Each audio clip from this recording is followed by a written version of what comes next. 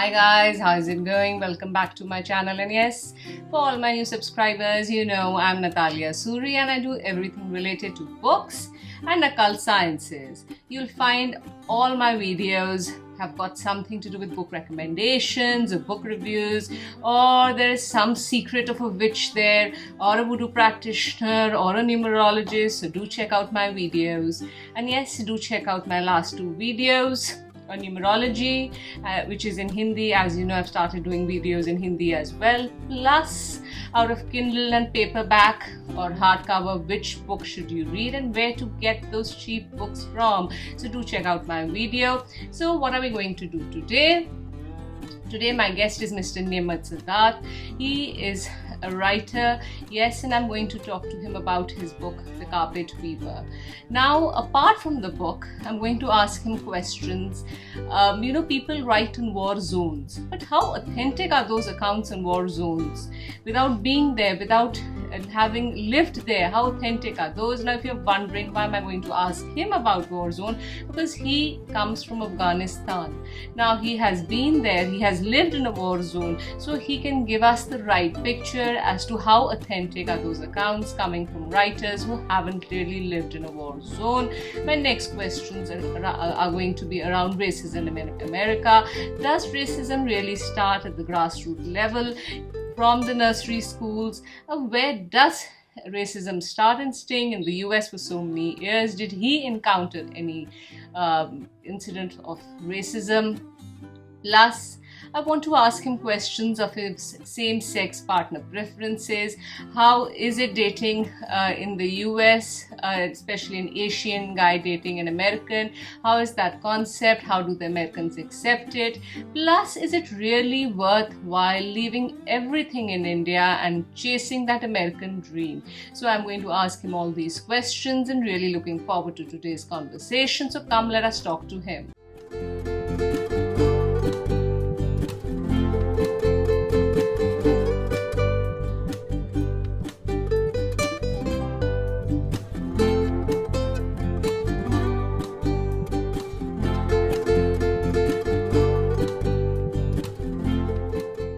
Hi Nimmat, thank you so much for joining and welcome to my channel. It's really a pleasure meeting you on the other side of the screen. Likewise. Nimmat, my questions are regarding your book, The Carpet Weaver, and your life. These days people want to write about Afghanistan. It's a war zone country, which everybody knows. But the traumas which people go through in that particular war zone, and for a person who has not been there to write that book, becomes, two absolutely different parts.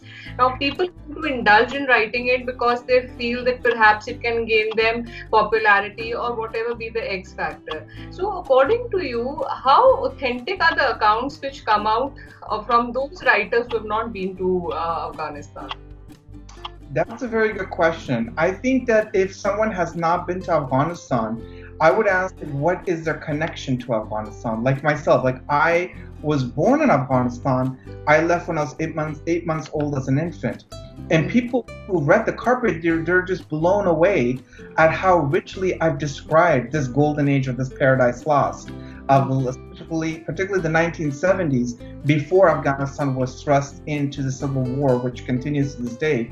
And I wouldn't even just call it a civil war, I would call it a transnational conflict, because we know that superpowers use this place as a proxy, as a playground for fighting their wars and regional powers. So things have shifted in terms of the regimes and who's come into power and who's been wielded influence over this country. But I would say that so many people have come through, left Afghanistan as an exodus. Millions of people have gone to exile, and many more people have gone either through, they were sent there for military theater, whether it was under the Soviet occupation or the American occupation, or they went for civil service or journalists, or many people who've gone to work with NGOs. So I want to say, what is their connection? So someone like me, I did go back to Afghanistan after 32 years in exile.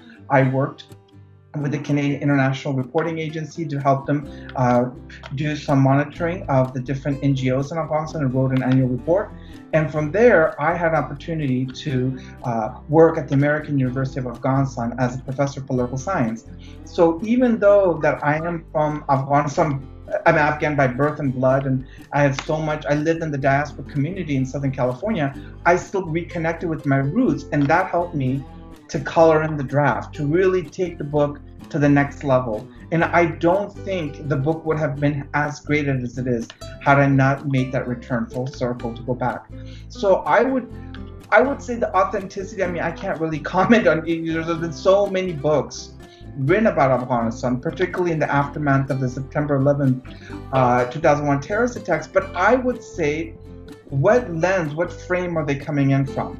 The Anglo-American narrative has been that if you portray this country as villainous, as barbaric, as portray the bachabazi, the pederasty with the boys, the women being victimized wearing burqas, and all the turmoil they experience as second-class citizens, and then the bombings and the Taliban, like those are the things, terrorism, those are the things that, it almost guarantees that you're going to get a book deal and that you'll have a niche market that you can. There's like a cottage industry for that. But I chose not to write that book. Yes, my book shows the bad and the ugly, but I also showed the good. I also humanized the Afghan people. And as the Sunday Guardian said, that this book is a departure from all the generic portrayals of Afghanistan. So I asked those authors, whether they're Indian or a different nationality, when they're writing about Afghanistan and they haven't visited, what are you contributing to this conversation? What are you adding to the canon of literature that's already out there? Absolutely. Now, see, my questions I am now redirecting it towards your book, The Carpet Weaver, and your choices in life. The sexual choices which you had made at a certain preferences which you had at a certain age. You come from a Muslim family. Now, was it, and that too from Afghanistan? So, in a country like Afghanistan, where burqa is also, underlined to a very high level, what was it when you confessed to your parents about your same-sex partner, or about when people came to know in Afghanistan? Yeah, so it was back in December, I believe 2009, I think it was the first time I mentioned to my parents, and they were unaccepting of it. I mean, they still, even after I'd come out to them, they still tried for years after that to try to impose forced marriage on me. And they said that whatever you are, just keep it a secret, don't share it with the world. But I felt like, in August of 2013, I just went on Facebook and came out to the whole world, because I felt like, no, this is the next step I need to do. I went to Afghanistan and I was made persona non grata when I taught there as a professor. I was told I was not welcome back there because I am, a lapsed Muslim and a practicing homosexual. Rumors had gone around, and then when I realized, okay, I can't go back. I am not able to integrate into American society. Now it's open to the whole world that this country is racist and xenophobic and everything like that. But I knew this about the United States when I had my intellectual awakening. So even at the time of coming out, even before then, I knew what the United States was about. And I was like, you know what, if I really want to find a place for myself on this planet, then I need to make that journey. I need to be a leader and be an example and role model for people within the Afghan and Muslim community and LGBT people, or people who really don't practice the faith of their family, wherever they live. And I think that many apostates, for example, came to me and they're like, I'm heterosexual, but I don't believe in the religion I was born in. I believe in a different faith or no faith. And I see you as my hero because you've been able to have this courage to come out. So not only come out, as gay, but also as an ex-Muslim. See, these days we have America everywhere, especially with the black label with it. Now, you have lived in America for many years. So could you share your experience of your same-sex partner preferences in America? That we say that America is very liberated, it is free for the foreigners for the people who haven't visited US. They have that in mind that America is the country where you can literally fly in the air and not be questioned. But is it so? Have you experienced it? Does it give you that liberty, or is it a very caged country? No, I think that just like in the Carpet Weaver, it's a reflection of my own life.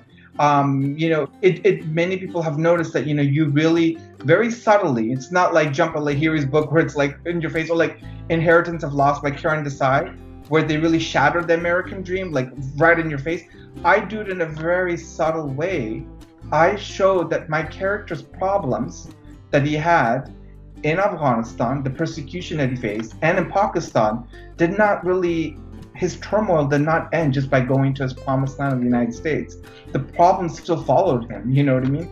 And I think that being a minority, as a minority in the United States, it's incredibly difficult because, you're not welcome into your immigrant community, the diaspora community, because there's a part of you that they won't ever accept because they lived in that bubble of what they knew from the time they left the homeland. And then trying to integrate into mainstream society is incredibly difficult. You have to come from a certain background, a certain class and caste. People don't want to believe, Americans don't want to believe that there's a caste system, but I think that the caste system in this country is more entrenched than in many countries in the world. And we're seeing that right now with the Black Lives Matter movement, and how, the most poorest and vulnerable are pretty much how their experience is like in this pandemic. And that's also the same with, we're seeing in other parts, in India and other countries, what their experience like in the pandemic. And then you see like these millionaires and billionaires like posting on Instagram, like, oh my God, I'm like behind waterfalls and like, in their $1 million mansions and everything like that. Huge gap where people like there's, millions of people starving and then like every night going to bed hungry, and other people. So I think that this dichotomy, this paradox, this existence in the United States does exist. For me, for example, within the LGBT community, there's a lot of racism. For example, gay white men choose not to date. Even the liberals who scream and shout civil rights and Black Lives Matter, when it comes to their own personal relationships, they very rarely date non-white men. Or if a non-white man is dating one of their white friends, they will go tribal and try to destroy and harm that relationship. Or like even within the communities, for example, like the Latinx community and the Black community, they have a formidable LGBT community. So gay Black men will prefer to date either gay Black men to like have solidarity within their own community, or they'll choose a white man, but they'll see me like, oh, you're that gay brown Afghan Muslim, or even though I'm not even Muslim, but they'll still treat me as a Mohammedan, right? So they will still like see like, oh my God, but you're not really accepted. If I date you, I'm going to be more marginalized. So everyone's looking to fit in, and I don't see why you want to fit into this neat package paradigm of American dream, because you know what, the American dream is terrifying in the sense that you have to live behind these secluded walls of suburbia. It is a horrible way to live. It's like a hell, really, because that's not the real world. The real world is like being engaged with the world and see what's going on, not being stuck to paying mortgage and just buying all these products and filling up your house with it and then paying off your credit cards and paying interest and not having contact with people. My ideal of the dream, I experienced it when I came to India, and I was embarking on this 55-city book tour across the region, and I was meeting people and going to book fairs, going to Lit Fest, going to bookstores across the country, metro cities, and then all going to smaller cities as well, like, Ranchi and Jharkhand, and really connecting with people. That to me was the dream. Another thing which I have, this may be a little personal, but I, as a viewer, want to know a person who hasn't been to the United States. They say everybody amalgamates into US. Now you have been there, you have done that, you have seen that. Any bitter experience of racism which you can quote as a child or as something as an adult, where you have been called by a nickname or something which was very bitter, which still remains with you? Yeah, that's a good question. I'm very, in the sense that I won't give permission for people to do that to me. So if there has been that, it usually have counteracted that. So like I basically lashed out at the person. But what has happened is microaggressions. So what I've experienced is a lot of microaggressions, and there's so many to start with. I mean, just the question of like, where are you from? Like they see me, I look exotic, I don't look American, or they're like, oh, you carry yourself like you have too much cultural pride. whatever that means. I'm not whitewashed enough, and I'm not plain. I'm like, I have something else, and yeah, I do have something else. I'm very proud of my rich Afghan Persian heritage, my ancient civilization. I'm very proud of those things. And so like these are questions like, no, where are you from? And then you tell them, look, I'm from, Orange County or San Diego. I grew up in Southern California. And then they're like, where are you from? Or where are you originally from? Meaning like you're not here because, being from America, it's white, it's the default mode, and you're not that. So those are the kind of indignities that you'll face. I will have to say the kind of racism that I've gone, 450 literary agents said no to me in the US and UK on the grounds that my book, The Carpet Weaver, had no literary merit or market potential, which I reached out to one agent, Kanishka Gupta from the writer side. He ran with it. We got multiple offers. We went with Penguin Random House India, and there you go, and it's already a bestseller now. So, and the Indian market has proven it's both, literary merit and market potential. It was the most widely reviewed and received unanimously very good reviews by the Indian press and by the blogger community, and it's done very well commercially. So, I go back and I continue to query publishing houses and again literary agents, because I still need a literary agent in the US and UK to help me.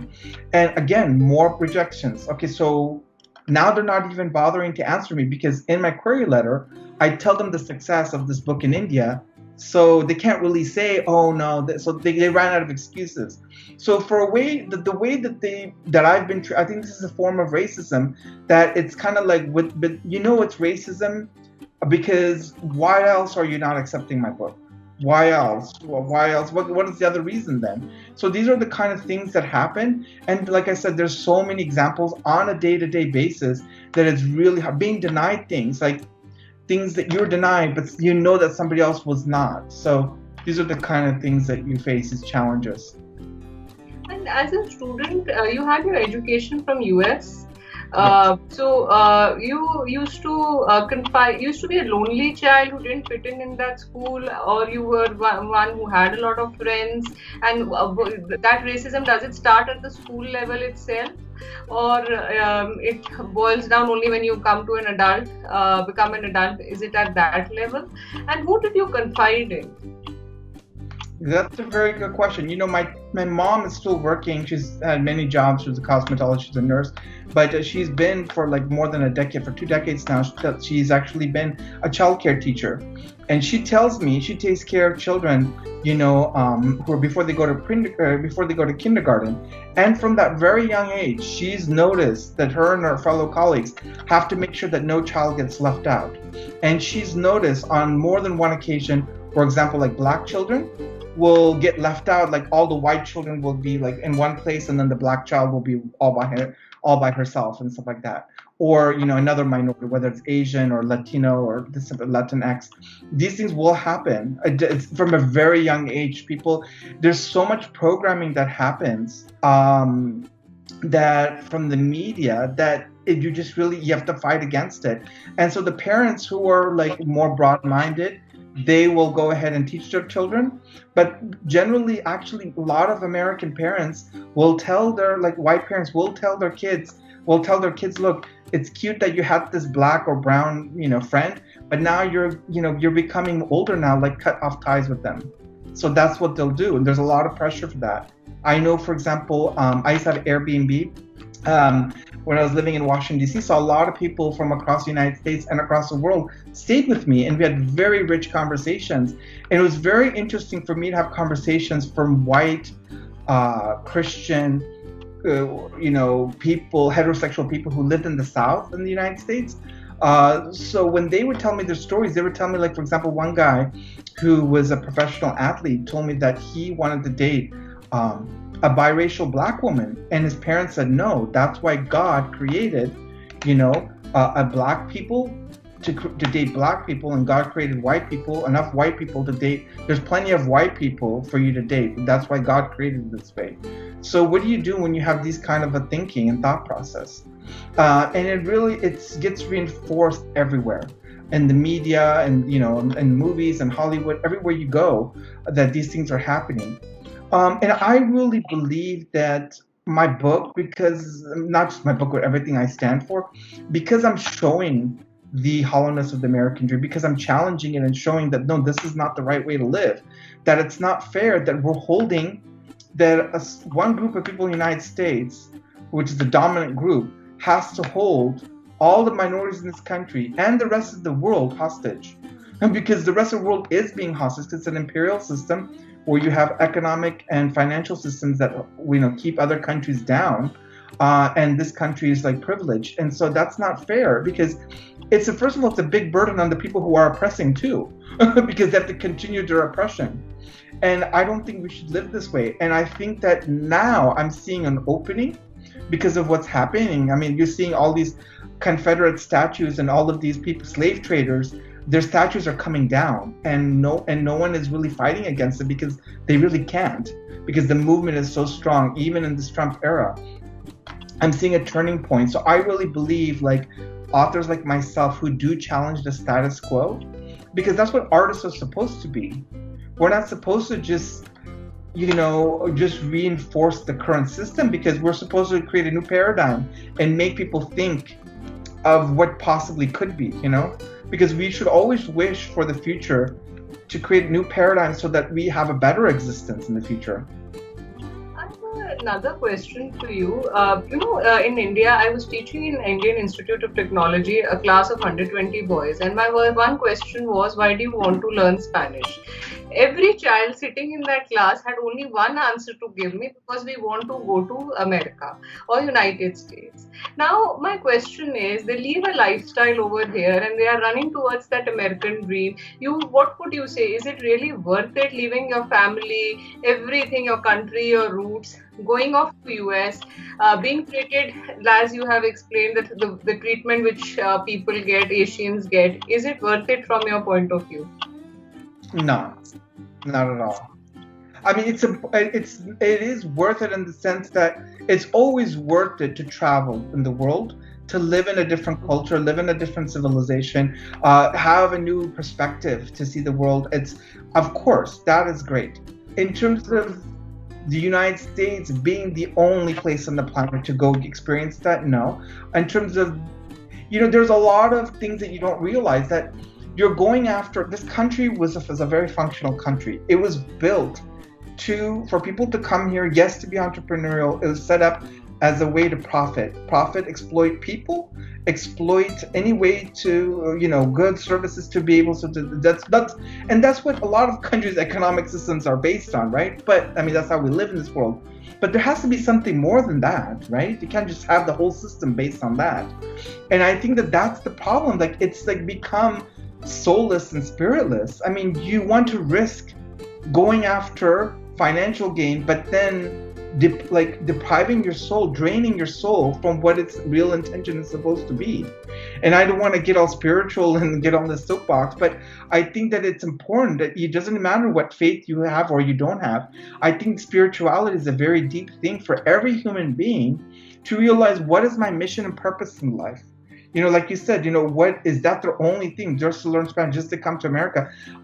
First of all, I think that's a huge bandwagon. You're not doing this for yourself. You're obviously doing this to join this group, this thing that everybody else is doing that's cool and trendy.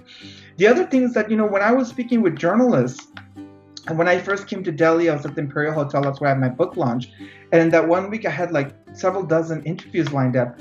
And the journalists some of the journalists who talked to me, they thought that, wow, we've always dreamed of going to the United States, because here in India, we don't have privacy. I mean, we have over 1 billion people, and everywhere you go, it's like, even if you're straight or gay or whatever your sexuality, you cannot live before married life. You cannot have really romance and go anywhere and do things with your partner, because there's just too many people around. There's no privacy anywhere.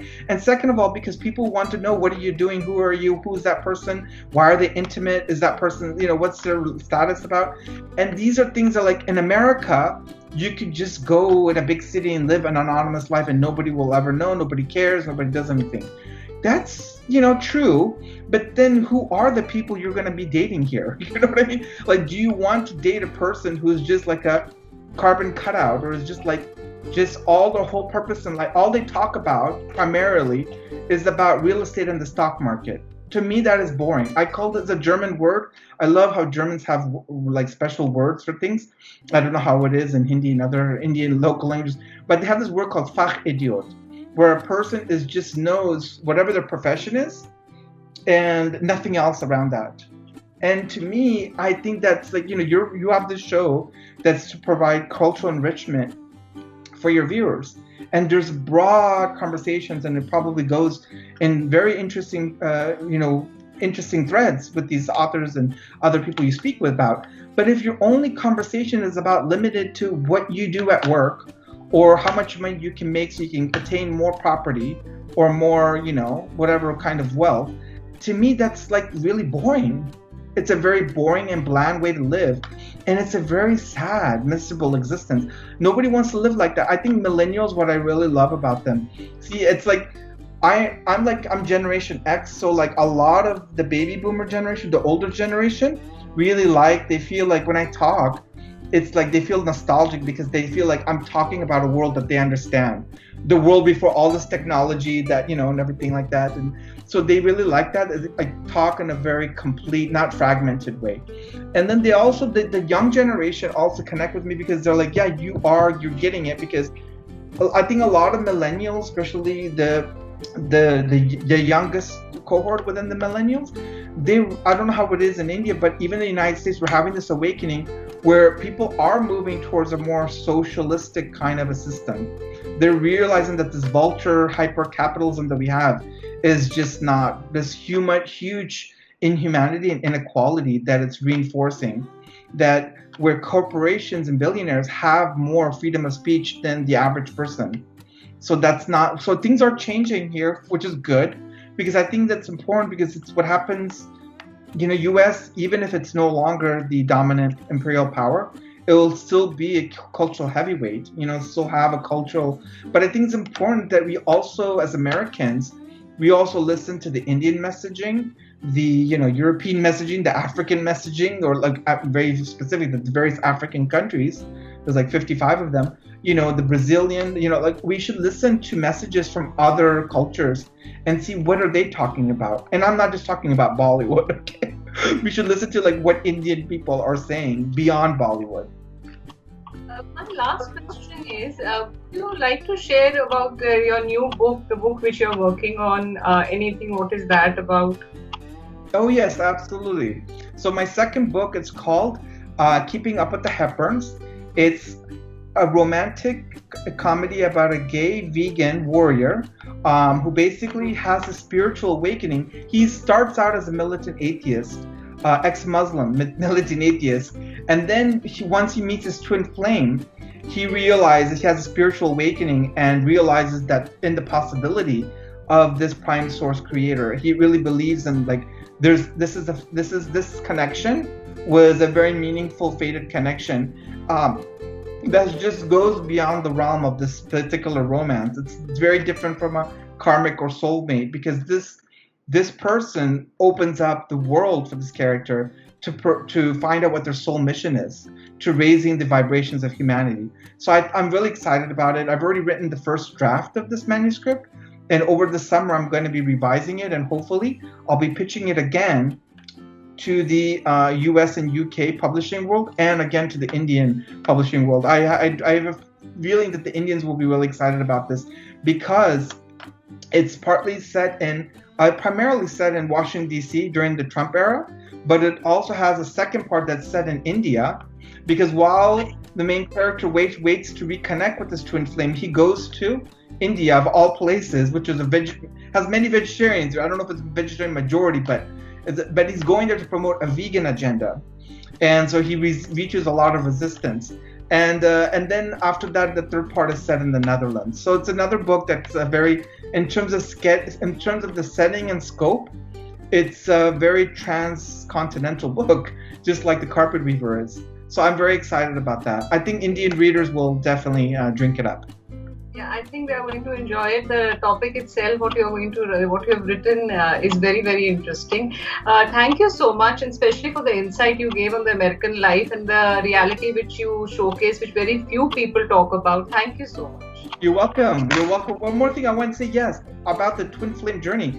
Indians, a lot of the things is actually ancient Vedic, ancient Indian heritage. So a lot of people don't realize it's like a lot of Western women who are onto this new age, because mind, body, spirit is, according to my, one of Millie Ashwarya, who's a publisher at Penguin Random House India, she said to me in Mumbai when I met her that not just in India but globally, this is one of the fastest growing areas of the book publishing market.